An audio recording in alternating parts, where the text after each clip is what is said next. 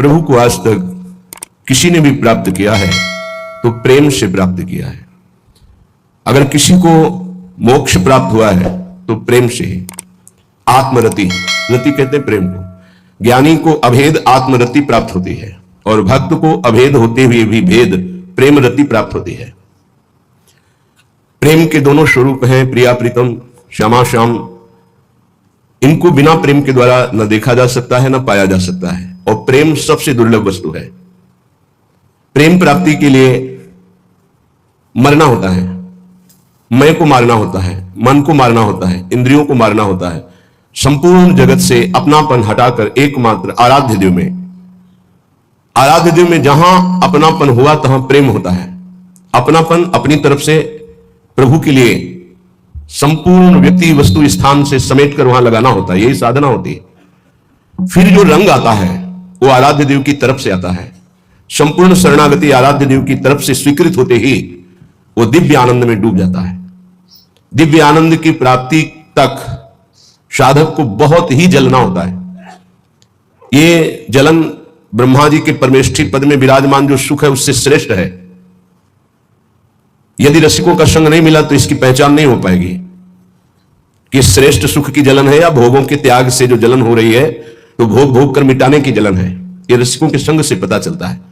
जो प्रभु के लिए जलन है उसमें इतना सुख है कि ब्रह्म पद में वो सुख नहीं है, पर है जो मैं ऐसा जानती प्रीति किए दुख होए तो नगर ढिंढोरा पीटती अजी प्रीति न करियो कोई।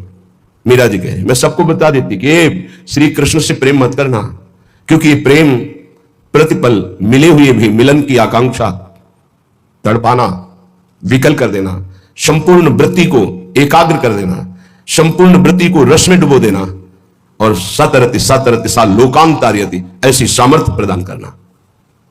आप ऐसा समझ लीजिए कि लोहे में काटने की ताकत नहीं, पर लोहा जब अग्नि में तपाकर और घन के द्वारा प्रहार किया जाता है तो वही तीक्ष्ण धार वाला अस्त्र बन जाता है।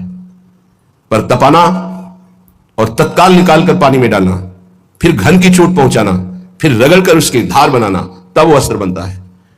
ऐसे ही मिट्टी खोदना और उसको मार मार करके कहीं एक भी कण ना रहने देना, फिर पानी डालकर उसको रौंदना, फिर उसको मुलायम करके चाक पर चढ़ाना, फिर उसको आकार देना, फिर उसको धूप में तपाना, फिर अग्नि की ज्वाला में तपाना, फिर उसमें रस रखने की सामर्थ्य आ जाती मटकी में।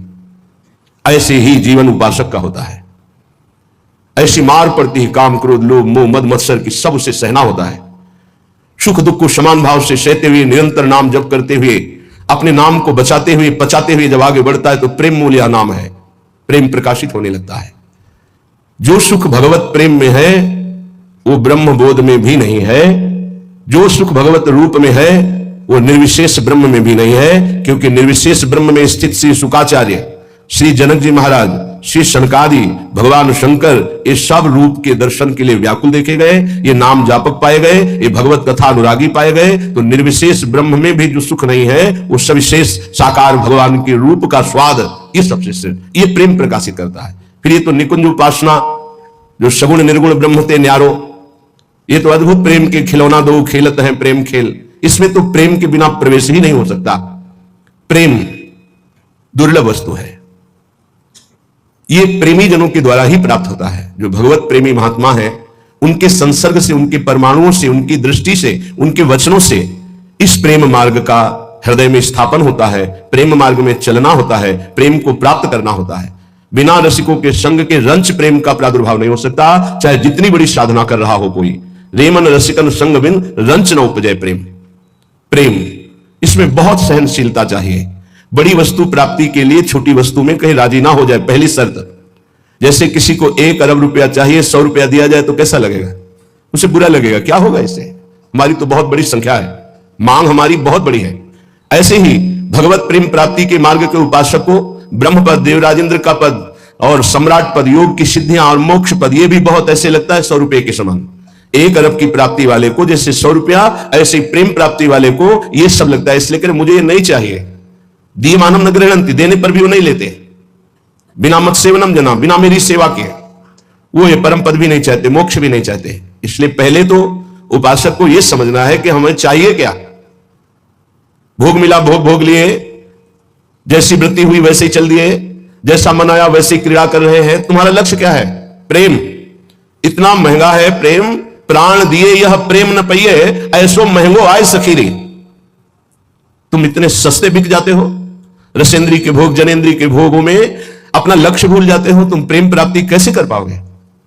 जो भूमा सुख का अधिकारी बनना चाहता हो अल्प सुख का त्यागी होता है। जो अल्प सुख में रमण करने लगता है भूमा सुख के अधिकार को खो देता है। भूमा सुख परमात्मा सुख। जिसकी बुद्धि इतनी प्रवीण है कि हमारा लक्ष्य है प्रेम, तो प्रेम के आगे कुछ नहीं, कुछ नहीं चाहिए, प्रेम चाहिए। वो उपासक बिना किसी हिचक के, बिना किसी भय के, बिना किसी प्रलोभन के वो भगवत प्राप्ति कर लेता है। वो प्रेम प्राप्ति के बस दृढ़ निश्चय चाहिए, फिसलना नहीं है। ये ले लो, ये ले लो, नहीं नहीं मेरा तो लक्ष्य प्रेम है, इससे क्या होगा। पर ऐसा नहीं है। वो प्रेम तो बाद में मिल ही जाएगा, पहले हमें भोग भोग लेते हैं। बस यही त्रुटि जीवन को नष्ट कर देती है, यही कमी हमारी हमको आगे नहीं बढ़ने देती। नहीं, परमार्थ में थोड़ा भी नाम जप करने वाला, थोड़ी भी साधना करने वाला, उसको अनुभूतियां होने लगती हैं। चल चला चल रहा हमें अनुभूतियों का ले सहारा, कौन तेरा साथ देगा, व्यर्थ में किसको पुकारा। परमार्थ के पथिक का कोई और साथ नहीं देता, उसकी अनुभूतियां साथ देती है। पर अनुभूतियां हैं नहीं तो धन साथ देगा, व्यक्ति साथ देगा, शरीर साथ देगा, रिश्ते नाते साथ देंगे। ये सब काल के गाल में दबे हुए हैं, ये क्या साथ देंगे। कालातीत पुरुष हमारा साथ दे सकता है, वह भगवान, वह भगवान के प्रेमी जन। इसलिए बहुत सावधानी पूर्वक सत्संग सुने और इस जीवन का चरम लक्ष्य है प्रेम। उस प्रेम को हम प्राप्त करने के लिए कमर कसे। श्रीपाद प्रबोधानंद जी महाराज कह रहे, किम नो भूपै किम नु देवादिभिर्वा स्वाप्नैश्वर्योत्फुल्लितैः किंच मुक्तैः शून्यालंबैर् वैष्णवैर्वापि किम नः श्रीमद् वृंदाकाननैकांत भाजाम्। हमको इन राजाओं से, राजपदों में बैठे हुए जनों से क्या प्रयोजन है? क्या ये संतों के पास नहीं जा सकते? क्या इनका अधिकार भगवत प्राप्ति नहीं? नहीं, इनके मन में भगवत प्राप्ति की कहीं किंचन मात्र लालसा नहीं। पद और प्रतिष्ठा, भोग और ऐश्वर्य, नाम और कीर्ति, बस इतना ही लक्ष्य है। इसलिए प्रेम मार्ग के उपासक को कभी इनका संग नहीं करना चाहिए। हां, कोई महाभागवत और पद पर विराजमान और भगवत भजन में लगा हुआ, भगवत प्राप्ति की लालसा वाला, उसका हृदय से स्वागत करना चाहिए। ऐसा नहीं कि कोई हो ही नहीं सकता। अम्बरीश जी महाराज चक्रवर्ती सम्राट और महाभागवत, बड़े बड़े महाभागवत राजा हुए। दशरथ जी महाराज चक्रवर्ती सम्राट, वैसे महाभागवत कि भगवान उनके पुत्र श्री राम के रूप में आए। तो जो भगवान से विमुख है, केवल पद का ही अभिमान रखता है, राजपने का अभिमान रखता है, भोग ऐश्वर्य में घमंड में है, ऐसों का संग कभी भक्त को नहीं करना चाहिए। अभिमानिते न्यारे भूत भविष्य लोक 14 में भये होए हरि प्यारे, तिन तिन सो व्यवहार हमारो अभिमानिते न्यारे। किम नो भूपई, मुझे क्या प्रयोजन है। एक ब्रज के भक्तों के चरित्र में आता है, एक संत की कुटिया पर राजा दर्शन करने के लिए गए, तो वो भिक्षा मांगने गए थे। दूर से उन्होंने देखा बड़ा राजा का वैभव, हाथी घोड़ा सब। लोगों से पूछा क्या है, बोले राजा दर्शन के लिए। भागे और गांव में गए और कहा हमारी कुटिया में आग लग गई है, जल्दी बचाओ, जल्दी बचाओ। गांव के लोग भागे, वहां गए तो देखा राजा समझ गए। उन्होंने हाथ जोड़ा और कहा महाराज क्षमा चाहते हैं, पर वो महाराज तो भाग गए, ऐसा कहकर वो दर्शन नहीं देंगे, आप चले जाइए यहां से। यदि आप अपना मंगल चाहते हैं तो महात्मा को कष्ट मत दीजिए, वो आपसे मिलना नहीं चाहते, आप चले जाइए यहां से। वो चले गए। किम भूपई, मुझे क्या प्रयोजन है। जो राजपद के अभिमान में है, किसी भी पद में, उससे क्या प्रयोजन है। अगर अभिमानियों का संग होगा तो अभिमान जागृत हो ही जाएगा।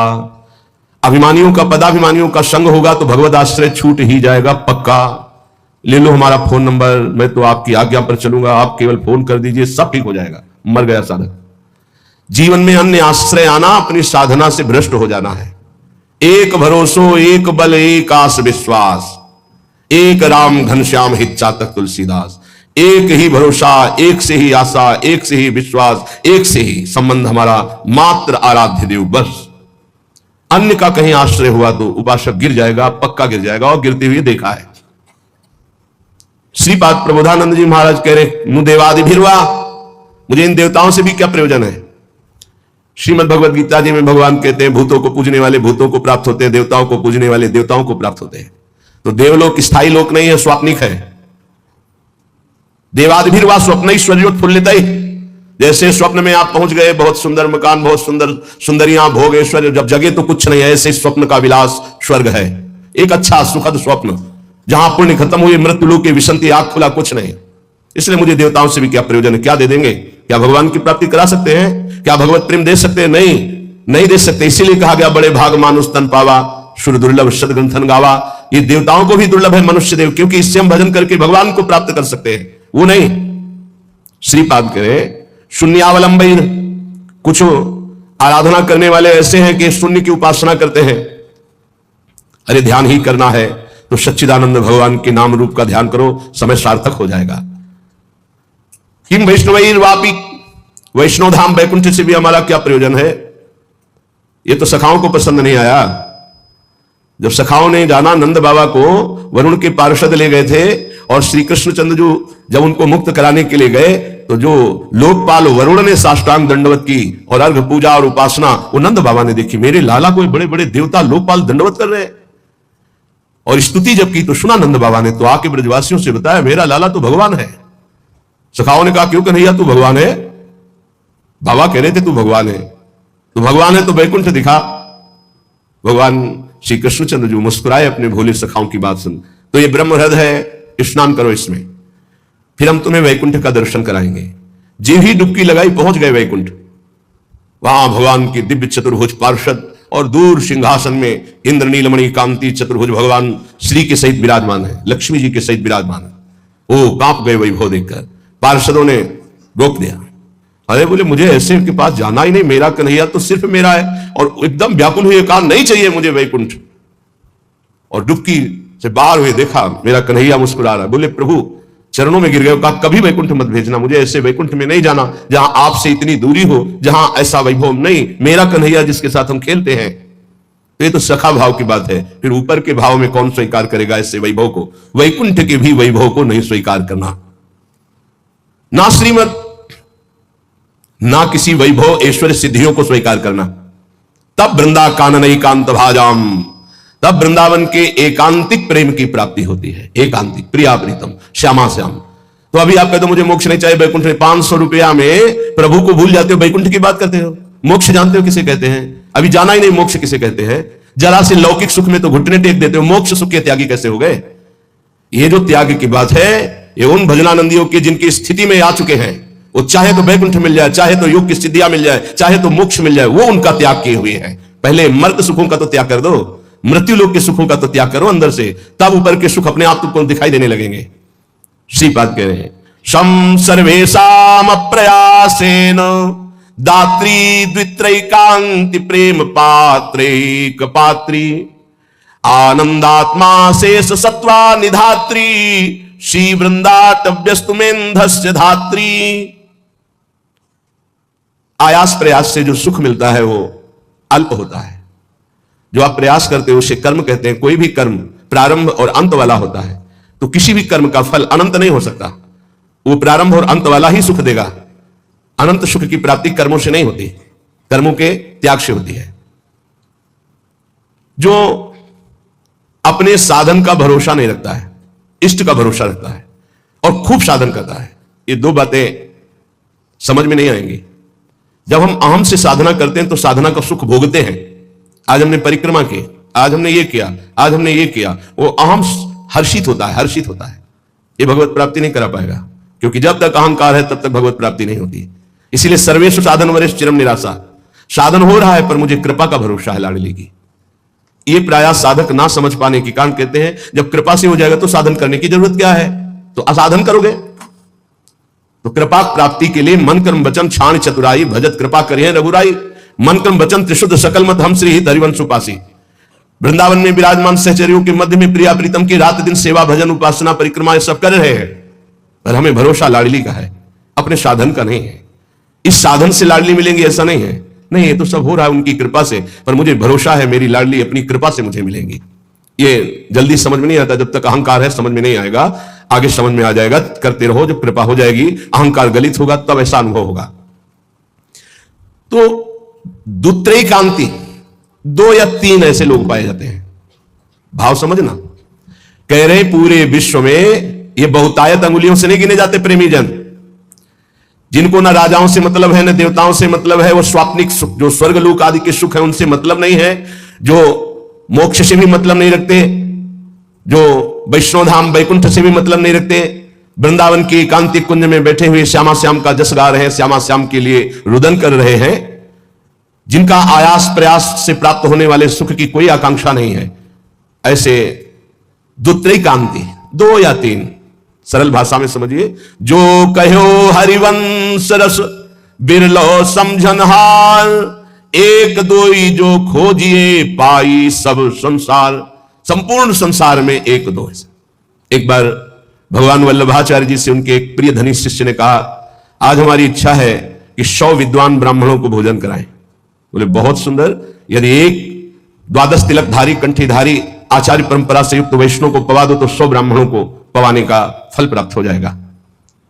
ओहो, ऐसा वैष्णव की, तो प्रभु हम 100 वैष्णव पवाएंगे। तो उनका एक अश्रुपूरित, आंखों से अश्रु बह रहे, शरीर पुलकित है, कंठ गदगद है और नाम में रथ है, ऐसे प्रेमी मां भागवत को पवा दो तो 100 वैष्णवों के पवाने का तुम्हें फल प्राप्त होगा। तो बोले भगवान 100 प्रेमियों को पवा देते हैं। तो वल्लभाचार्य जी के आंसू आ गए, प्रेमी 100 नहीं, प्रेमी तो 1-2 ऐसे मिलते हैं।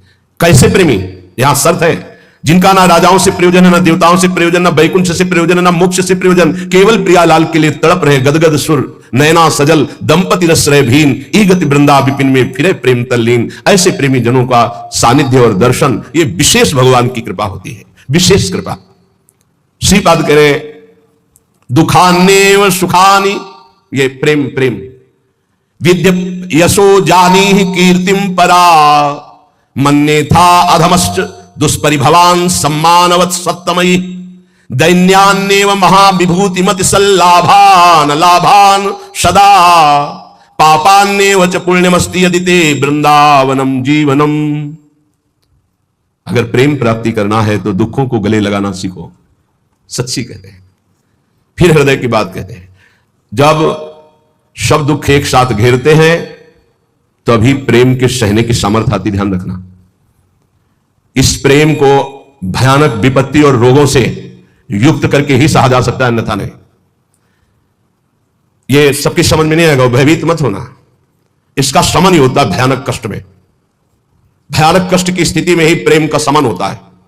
वो चाहे जैसे स्वस्थ शरीर वाला हो, जहां प्रेम का प्रादुर्भाव होगा, भारी बाहरी विपत्ति और आंतरिक, तभी वो प्रेम का शमन होता है, उसका पारा चढ़ता है और भगवान को अधीन कर लेता है। ये लिखा पढ़ी की बात नहीं कह रहे, हृदय की बात कह रहे हैं। वैसे भी भगवान ने युधिष्ठिर जी से कहा, जिस पर मैं परम कृपा करता हूं उसका सर्वनाश कर देता हूं। चाहिए परम कृपा? जिस पर परम कृपा करता हूं सर्वनाश कर देता हूं, यह शब्द है। क्या सर्वनाश करता हूं?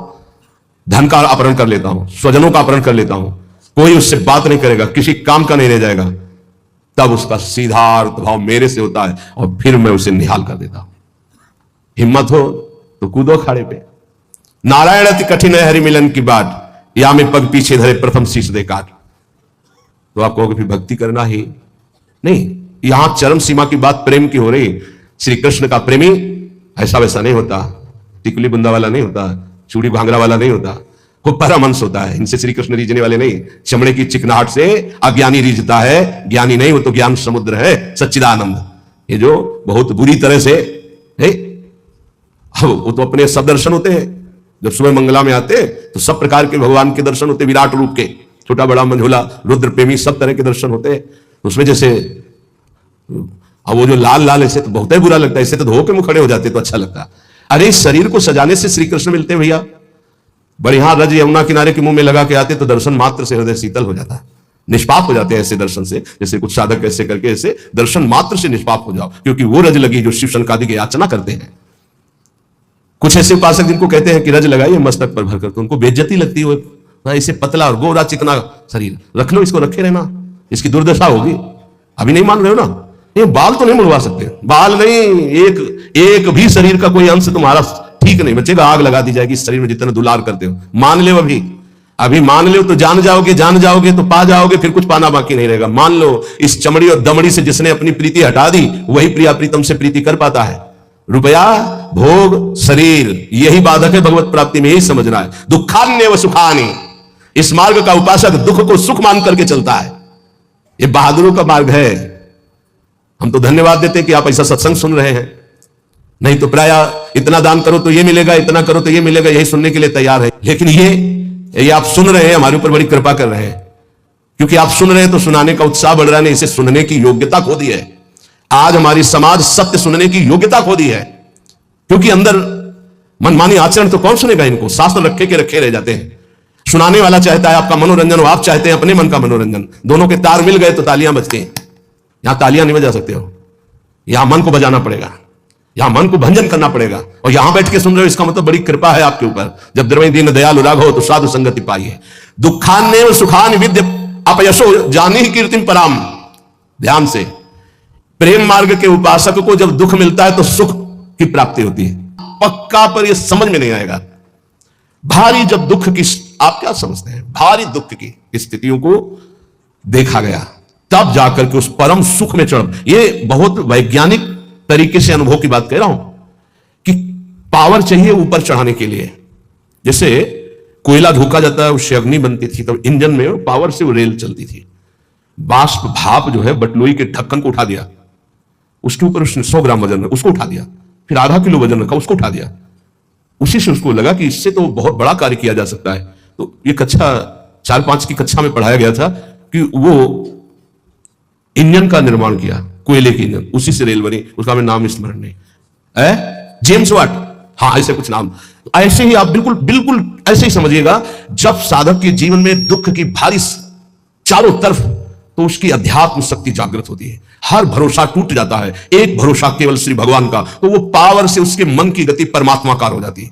इसीलिए कुंती जी बहुत सोच समझ के कह रही, मुझे पग पग पर दुख चाहिए, क्योंकि दुख में तुम्हारे सानिध्य का अनुभव होता है। ये हम कृपा मनाते हैं, भगवान की कृपा मनाते हैं कि इसने वो बाजी जितवा दी जो कभी साधना में नहीं जीत सकते थे, कभी नहीं, कभी नहीं। ये खुद निज अनुभव ये कहूं खगेशा, वो भगवान ने जिता दी। इसलिए बड़े बड़े महापुरुषों के चरित्रों को पढ़ के देखो, प्रतिकूलता का जाल बिछ जाता है उनके जीवन में। भगवान ऐसा क्यों कहते हैं? अध्यात्म की जितनी ऊंचाई पर चढ़ा हुआ महापुरुष है, उतनी भारी कसौटी कसी गई। संपूर्ण आश्रय भरोसे सबका नाश होकर एक भरोसा केवल प्रभु, वही जो दिव्यता होती है वो वही। ये पढ़ने से लिखने से साधन, यह गुण साधनते नहीं हुई, तुम्हारी कृपा पाओ कोई कोई। यदि तुम्हारे जीवन में विपत्ति दुख और संकट घिर जाए तो भगवान को कोसना नहीं, इसलिए बता रहे ये वो स्थिति प्रदान करने के लिए है जो तुम कभी किसी साधना से नहीं प्राप्त कर सकते। दुखान्य और सुखान्य, जब दुख आए तो जान लेना कि सच्चे सुख की प्राप्ति का अवसर आ गया है। एक श्रीमद् भागवत में प्रसंग है तितिक्ष ब्राह्मण का। उसने कभी भी धर्म नहीं किया था, जीवन भर धन कमाया, परिवार का खूब विस्तार था, कंजूस स्वभाव का था, खूब पैसा एकत्रित करता, परिवार को भी नहीं सुख सुविधाएं देता, ना स्वयं लेता। जब हम धर्म नहीं करते हैं तो एकत्रित किया हुआ धन विविध प्रकार से नष्ट हो जाता है। इसलिए बुद्धिमान वही है जो अपने धन का सदुपयोग कर ले। जमा करना केवल उसका लक्ष्य नहीं, उसका सदुपयोग होना। धन्य है जिन्होंने धन का सदुपयोग कर लिया। उसने सदुपयोग भी नहीं किया, ना तो शरीर में, ना देवी संपदा की प्राप्ति में, ना किसी धर्म में। अचानक आग लग गई, धन नष्ट हो गया। परिवार वाले वैसे ही घृणा करते थे क्योंकि सुख सुविधा साफ छोड़ दिए, उसे निकाल दिए घर से। संपत्ति का नाश, कोई मित्र नहीं, कोई व्यवहारी नहीं। बड़ी अद्भुत घटना श्री कृष्णचंद्र जी उद्धव जी को सुना रहे। अब उसके मन में आया कि अरे पूरा जीवन जिस परिवार के लिए कोई मेरा नहीं, जो धन कमाया वो तो भस्म हो गया, अब क्या, शरीर तो वृद्ध है, अब क्या। तो हाथ उठाया और कहा, हे भगवान, अगर मेरी आयु अब कुछ भी है तो आज से मैं संकल्प लेता हूं मेरा जीवन आपके लिए। और इतना बड़ा महात्मा हुआ कि भगवान उसका यश गा रहे, पर देख लो उसके लोग उसको थूकते पीटते मारते, उसको सह करके वो ऐसा ब्रह्म ऋषि बना कि भागवत में उसकी चर्चा है। दुख भगवान की प्राप्ति निश्चित करा देता है यदि आप उबे ना तो। श्री स्वामी ओंकारानंद सरस्वती जी महाराज कह रहे थे, मेरे अंदर कोई भजन की कभी वृत्ति नहीं थी। मैं एक कपड़े का व्यापारी, नई अवस्था, आसपास कपड़े की दुकान थी, मेरी दुकान ज्यादा चलती थी। उन लोगों ने हमसे द्वेष कर लिया और रास्ते में घेर करके हमें बहुत मारा, जूतों से थप्पड़ से खून खच्चर कर दिया। जब मैं घर गया कपड़े भीजे हुए खून से, परिवार वाले बहुत रोए कि ऐसा। मैं कुछ किसी से नहीं बोला, सह गया। पर उन लोगों में एक था बहुत ही दुष्ट, उसने 2-3 दिन बाद फिर अकेले मुझे मारा। तब मेरे दिमाग में आया कि कब तक पीटता रहूंगा, अब इसको मैं मारूंगा। तो व्यापारी था ही, मैंने करौली खरीदी, उन्हीं के बिल्कुल यथावत शब्द, करौली खरीदी। और रास्ते में जहां मुझे पीटा था वहीं खड़ा हो गया। अब वो तो पीटने वाले थे, उनको डर तो था नहीं, उनको पता नहीं था कि मैं किस भाव में खड़ा हूं। जे भी हुआ है मैं दौड़ पड़ा, मार करौली, उनको मार डाला, उसको मार डाला। और मार करके मैं कोतवाली पहुंचा और वहां आत्मसमर्पण कर दिया, बिना किसी गवाही के। मेरी ही गवाही में मुझे तन्हाई की सजा दी गई, जब तक न्याय ना होगा तब तक तन्हाई की सजा। और उसमें था कि आसपास किले लगी थी, बस केवल खड़े हो सकते हो, बैठ सकते हो, ना इधर ना इधर, बिल्कुल सीधा। जब वहां पहुंचा तब सोचा कि अरे ब्राह्मण के घर जन्म मिला और ये जीवन ऐसे कटेगा, ये तो भारी पाप हो गया हमसे। बस हाथ उठाया उसी तन्हाई में और कहा, एक बार मुझे अवसर दिया जाए, हे परमात्मा, हे परमेश्वर, मैं आजीवन आपका भजन करूंगा। ब्याह हुआ नहीं था, अब निकलने का कोई साधन नहीं। कुछ दिन तन्हाई के बाद जब बाहर उनको बैठाला गया तो उन्होंने संकल्प किया, ना पानी पीऊंगा, ना भोजन पीऊंगा, प्राण त्याग दूंगा। अगर जीवित रहा और मुझे मुक्त अवस्था मिल गई तो मैं आजीवन संन्यास लेकर भगवान का भजन करूंगा। ऑफिसर आते, डंडे से मारते, थप्पड़ मारते, लातों से मारते, पर ना मैं बोलता, ना मैं पानी पीता, ना भोजन करता। दृढ़ संकल्प। अब ये चर्चा का विषय बन गया तो बोले बड़े अधिकारी कोई थे, वो आए और कहा हम एकांत में इससे बात करेंगे। तो हमसे कहा कि बोलो क्या बात है, क्या तुम निर्दोष हो, तुम्हें फंसाया गया है, तुम स्पष्ट बता दो, मैं तुम्हें वचन देता हूं कि मैं तुम्हारा सहयोग करूंगा। मुझे लगा कि भगवान मेरा सहयोग करने आए। मैंने आंख उठाई और कहा, श्रीमान आप जो भी मुझे पता नहीं, पर मैं आपसे प्रार्थना करता हूं कि अगर मुझे छूट दे दी जाए तो मैं आजीवन संन्यास लेकर भजन करना। बोले पक्का? बोले हाँ।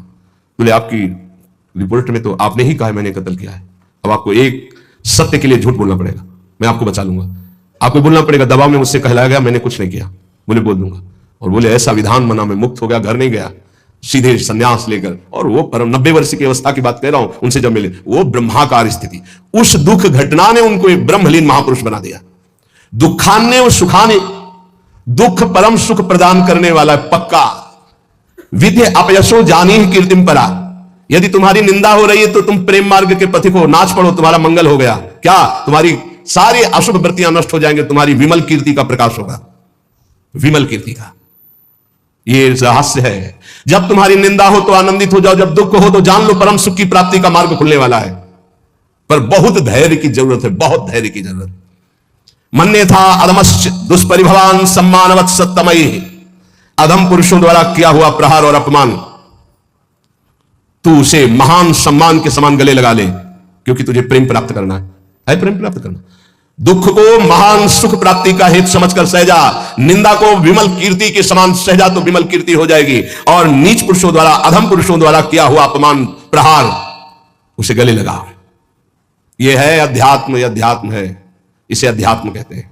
ये शास्त्रों में लिखा ही है, बहुत कम है जो है से जो इसको धारण करते हैं, नहीं तो अब केवल मनोरंजन रह गया है। चर्चा का मतलब मनोरंजन रह गया है, जिससे तालियां बजे, जिससे मनोरंजन हो, वाहवाही हो, बस यही बोलो इसमें वाहवाही, बजाओ इसमें तालियां। बजा सकते हो तालियां? वाह वाह वाह नहीं बजा सकते, होश उड़ जाएंगे।